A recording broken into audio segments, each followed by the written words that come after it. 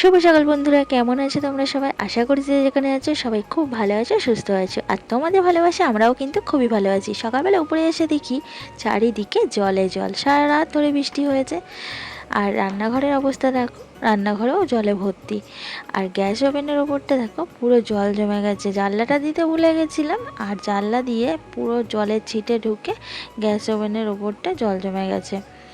কে জানে এত বৃষ্টি হবে সারা রাত ধরে। আমি টুকুন, খুবই সাধারণ ঘরের গৃহবধূ। আমার এই ছোট্ট চ্যানেলে তোমাদের সকলকে অনেক অনেক স্বাগত, ভালোবাসা জানিয়ে তোমাদের সবাইকে সঙ্গে নিয়ে আজকে আবার একটা নতুন ভিডিও শুরু করছি।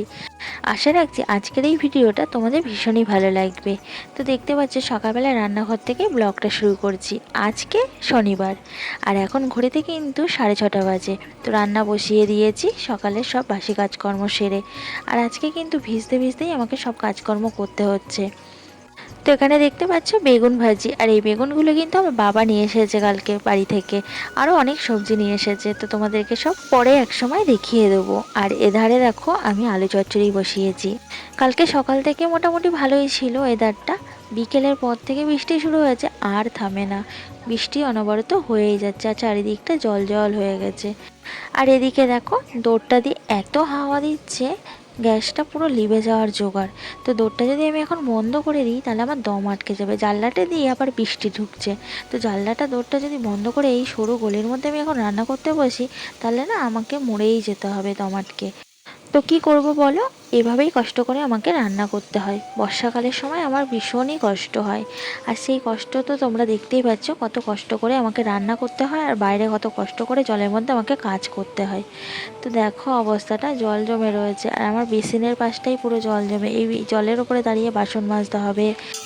আজকের না অনেকগুলো রুটি ছিল, রুটিগুলো কি ফেলে দেবো, তাই এই দেখো ধুয়ে নিয়েছি। এই যে ঝুড়িতে জল ঝরাতে দিয়েছি, আর এদিকে এই যে তেলে ভেজে নেবো, রুটি ভাজা করে নেবো। আর কিছুটা পরোটা করব, আটা ছিল আটা দিয়েই করছি কিছুটা পরোটা। তো রুটি ভাজা তোমরা কি খাও? কে কে খাও রুটি ভাজা? কমেন্টস করো। চলো আমি রুটিগুলো ভেজে পরোটাগুলো ভেজে নিই। দাদাভাই রেডি হয়ে গেছে, দাদাভাইয়ের জন্য টিফিন গোছানো আমার হয়ে গেছে। এবার আমি দিতে যাব। এই জলের ওপর দিয়ে সিঁড়ি দিয়ে নামতে কিন্তু ভীষণ ভয় লাগে। যদি একবার পা স্লিপ করে পুরো একদম নিচে চলে যাব হড়কে, আর হাত পা তো ভাঙবে নিশ্চিত। বর্ষার সময় সিঁড়ি দিয়ে খুবই ভয় ভয় থাকে। দুষ্টুটা ওঠানামা করে, আমরা সবাই ওঠানামা করি, খুব ভয় লাগে। নিচের বাসি কাজগুলো সেরে ওপরে এসে বাবাকে খেতে দিলাম। অনেকটা বেলা হয়ে যাচ্ছিল, 9:30 বাজে, বাবার ওষুধ আছে। তার জন্য উপরে এসে আগে বাবাকে খেতে দিয়েছি, আর বাবার সাথে সাথে দেখো আমরাও খেতে বসেছি। একবারে খাওয়া দাওয়া করে নিই, তারপরে ওপরের কাজগুলো বুঝিয়ে নেবো। আর আজকে সকাল থেকে আমার রান্নাঘরেই কেটে যাবে মনে হয়। সকালে এই পরোটা, তারপরে তরকারি করলাম, আবার এখন দুপুরে রান্না করতে যাব। বাবা বলছে যদি বৃষ্টি নেমে যায় তাহলে বেরিয়ে যাবে। তো আমি বলছি আজকে আর যেতে হবে না, তাও যদি শোনে। দেখো আর এখানে দেখো আমি সবজি কাটতে বসেছি, আর বাবা এখানে কি করছে বলো তো? বাবা লতি ছাড়াচ্ছে। তো কচুর লতি দিয়েছিল আমার কাকি, কচু শাক কচু লতি। তো কচু লতিগুলো বাবা ছাড়িয়ে দিচ্ছে, বলছে তুই কখন ছাড়াবি, রান্না করবি? আমি ছাড়িয়ে কেটে দিয়ে যাই, তো যখন ইচ্ছে রান্না করিস। আর এখন এমনি তো লতি খাওয়া যাবে না, তো তার জন্য দেখো বাবা এখানে বসে বসে লতি ছাড়াচ্ছে। সেই সকালবেলায় বসেছে লতিগুলো ছাড়াতে। লতি ছাড়াতে কত সময় লাগে আর কত কষ্টের কাজ বলো। বারণ করছি তাও যদি শোনে। তো আমি সব কাটাকুটি করে চলে এলাম রান্নাঘরে। রান্নাঘরে এসে এই যে রান্নাটা বসিয়ে দিয়েছি, আর আজকে একটু চিকেন রান্না করছি। চিকেনটা তো কালকে নিয়ে এসেছিলাম, তোমরা দেখেছো দুষ্টকে স্কুল থেকে আনার সময়। তো রেখে দিয়েছিলাম ফ্রিজে, ভেবেছিলাম রাত্রে করব, তো বাবা বারণ করলো রাত্রে করতে। রাত্রে ছিল অনেক কিছুই তরকারিপাতি, আবার বাবা রাত্রে চপ এনেছিল। তো বাবা আমরা না একটু চপ দিয়ে ভাত খেতে ভালোবাসি। তো তার জন্য বাবা বলে এখন আর মাংস করতে হবে না, কালকে করিস। আমি একেবারে খেয়ে বেরিয়ে যাব। তো এত বৃষ্টি হচ্ছে, বাবা বেরাতে পারলো না, তাও বেরাবে বলে অনেকবার ঝুল দিল। আমি বারণ করলাম যে এই বৃষ্টির মাথায় যেতে হবে। এবারে আমি আর আটকাতে চাইছিলাম না, বাবা বাড়ি যেতে চাইছিল। আমি বললাম ঠিক আছে যাও, কারণ বাবাদেরও রান্না পুজো আছে। তো বাবা বাড়ি গিয়ে বাজারঘাট সব কিছু করবে। হাতে তো মাত্র আর একটা দিন সময় পাবে, কালকে রবিবারটা, সোমবারে রান্না পুজো। তো বাড়ি না গেলে হবে বলো? বৃষ্টি বাদলা হচ্ছে, বাজারঘাট কিছু করে আসেনি বাড়িতে। তো মা তো সমানে বলছে বাড়ি যাওয়ার জন্য। তো কি করব বলো, এত বৃষ্টিতে কি যাওয়া যায়? ভিজে পুড়ে বাড়ি যাবে, আর কম তো রাস্তা না, 3-4 ঘন্টার রাস্তা। ভিজে পুড়ে এই সময় বাড়ি গেলে ঠান্ডা লেগে যাবে, শরীর খারাপ হবে না বলো? তো তো বেসিনে কিছু বাসন ছিল, সেই বাসনগুলো ধোয়া মাজা করে নিলাম। আর রেখে এসে আমি তরকারি কেটে রেখেছিলাম সবজিপাতি, সেগুলোই এখন ধুয়ে নিচ্ছি। এবার চলে আসবো রান্নাঘরে। মাংসটা রান্না হয়ে গেছে, পুঁই শাকটা এখনও রান্না হয়নি। তো পুঁই শাকের সবজিপাতিগুলো কেটে ধুয়ে নিয়ে চলে এলাম রান্নাঘরে। যে পুঁই শাক রান্নাটা বসিয়ে দিয়েছি। তো এখানে পটল, বেগুন, আলু কেটে আমি ভাজা ভাজা করে একটু মশলা দিয়ে কষিয়ে নিচ্ছি। আর পুঁই শাকটা সেদ্ধ করে রেখেছিলাম, দেখেছিলে। তো পুঁই শাকটা ঢেলে দিলাম। এবার পুঁই শাকটা একটু নাড়াচাড়া করে রান্না করে নেবো। আর পুঁই শাকের মধ্যে একটু মাছের মাথা কিংবা মাছের ডিম, মাছের তেল কিংবা চিংড়ি মাছ, যদি এগুলোর মধ্যে যে কোনো একটা হয় না, পুঁই শাক কিন্তু একেবারে জমে যায়, খেতে কিন্তু ভীষণ টেস্টি হয়। কিন্তু দুঃখের বিষয় যেটা হলো, এগুলোর মধ্যে আমার কোনোটাই নেই।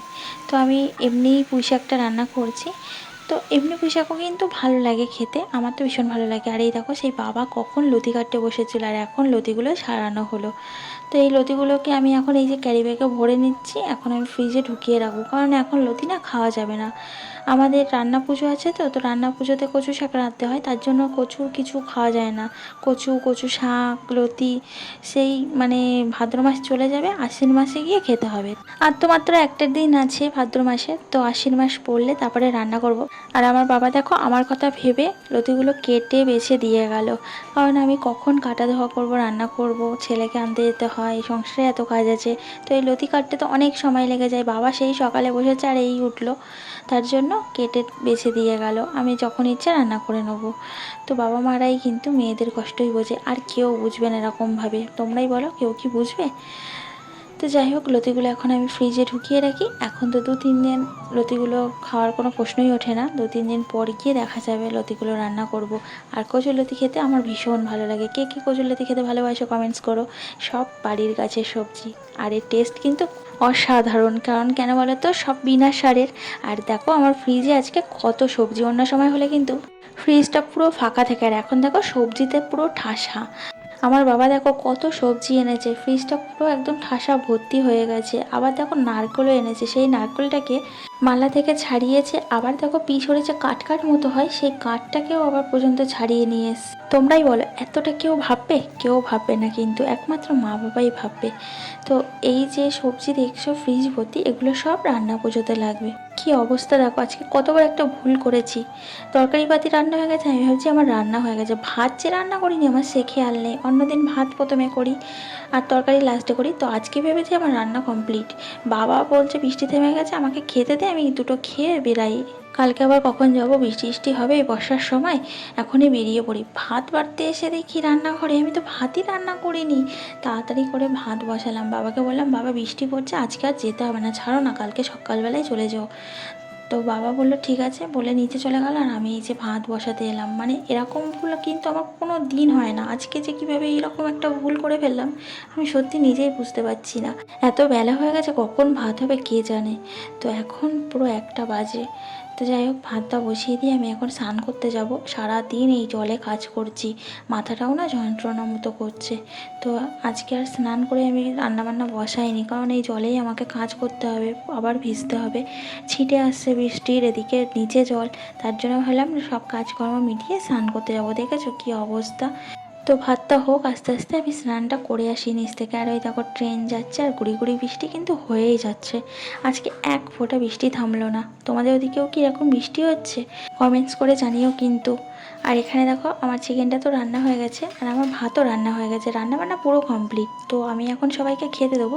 তো সবার আগে ভাবলাম ভাইয়ের জন্য আগে মাংসটা তুলে রাখি, ঘাটা থেকে তুলে রাখলে নষ্ট হয়ে যাবে, বাবা তো যাবে সেই কালকে। তো ফ্রিজে রেখে দেবো, আবার যতটা সময় যাবে গাড়িতে থাকবে, তার জন্য আগেই ভাবলাম তুলে রাখি, তুলে ফ্রিজে ঢুকিয়ে দেবো একটু ঠান্ডা করে। তো প্রত্যেকবারই যখনই বাবা আসে আমি যাই রান্না করি, মাংস তো করি, চিকেন হোক আর মটন হোক। তো সে একটু ভাইয়ের জন্য আমি পাঠিয়ে দিই। চিকেন আমার মা খায় না, তাই ভাইয়ের জন্য পাঠিয়ে দিচ্ছি, আর মটন হলে মা ভাইয়ের জন্য পাঠিয়ে দিতাম। তো এখানে এই যে ভাইয়ের জন্য তুলে নিয়েছি, এবার আমি সবাইকে খেতে দেবো। আমার বাবা চিকেন খেতে ভীষণ ভালোবাসে, মা তো চিকেন খায় না, তাই জন্য বাড়িতে চিকেন কম হয়। আমার বাড়িতে আসলেই চাই আমি একটু করি। তো এখানে দেখো বাবাকে খেতে দিয়ে দিয়েছি। তো খাওয়া দাওয়া কমপ্লিট করে নিলাম আমরাও সবাই। তো এই যে দুপুরে খাওয়া দাওয়ার বাসন পড়েছে, সেই বাসনগুলো এখন আমি ধুয়ে নিচ্ছি। আর দেখেছো বেসিনের তলাটা কত জল জমে আছে, তো নাইটির তলাটা না ভিজে যাচ্ছে, তুলে নিলাম গুটিয়ে, তাও আবার নেমে গেল। তো যাই হোক, বাসনগুলো ধুয়ে মেজে আমি বাসনের ঝুড়িতে উপর করে দিলাম। একেবারেই সব বাসন মেজেই যাচ্ছে, আবার সন্ধ্যাবেলা নেই জলের উপর দাঁড়িয়ে কাজ করতে ইচ্ছা করবে না, তার জন্য ভাবলাম একেবারেই মেজে যায়। কি বন্ধুরা, আমার ভিডিওটা তোমাদের কেমন লাগলো? ভালো লাগলে লাইক করো, আর আমার ভিডিওর কোথাও যদি ভালো লেগে থাকে চ্যানেলটা সাবস্ক্রাইব করে আমার পাশে দেখো। আর তোমাদের এই মিষ্টি মিষ্টি কমেন্টসগুলো করতে একদমই ভুলবে না। একদিন তুমি আমাকে কমেন্টস করেছে আমার কথাগুলো শুনতে নাকি অনেক ভালো লাগে, তো অনেক অনেক ধন্যবাদ, অনেক অনেক ভালোবাসা জানাই দিই ভাই। তোমরা এইভাবে আমার পাশে থেকো, আর সবাই সুস্থ থাকবে, ভালো থাকবে। এখন ওয়েদারটাও ভালো না, চলো রাখছি, টাটা।